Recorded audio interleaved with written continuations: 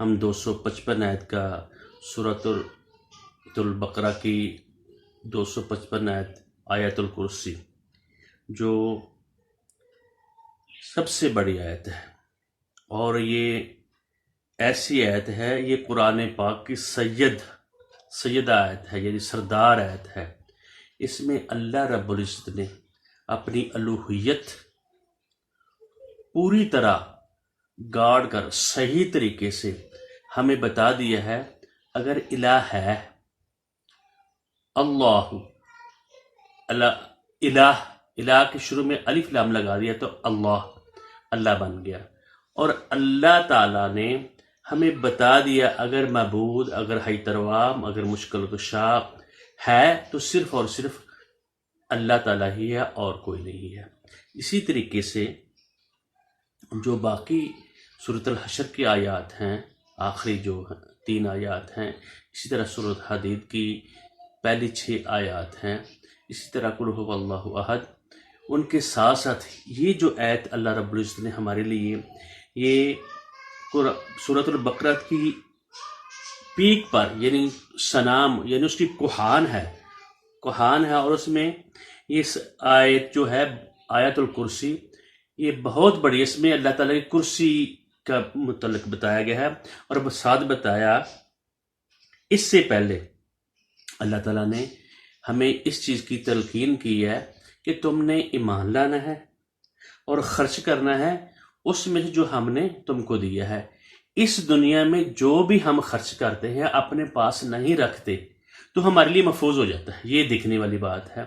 ہم کہتے ہیں تو ہم نے جو خرچ کر دیا ہے وہ چلا گیا، ہم سے چلا نہیں جاتا۔ جس طرح کہ ہم دنیا میں اپنا مال و متاع کو محفوظ کرتے ہیں، اس کے بعد اس کی پلاٹ لیتے ہیں، بلڈنگ لیتے ہیں، کاروبار اور بزنس کرتے ہیں، اور جو اللہ تعالیٰ کے راستے میں خرچ کر دیا گیا، یہ 2 چیزیں ہیں۔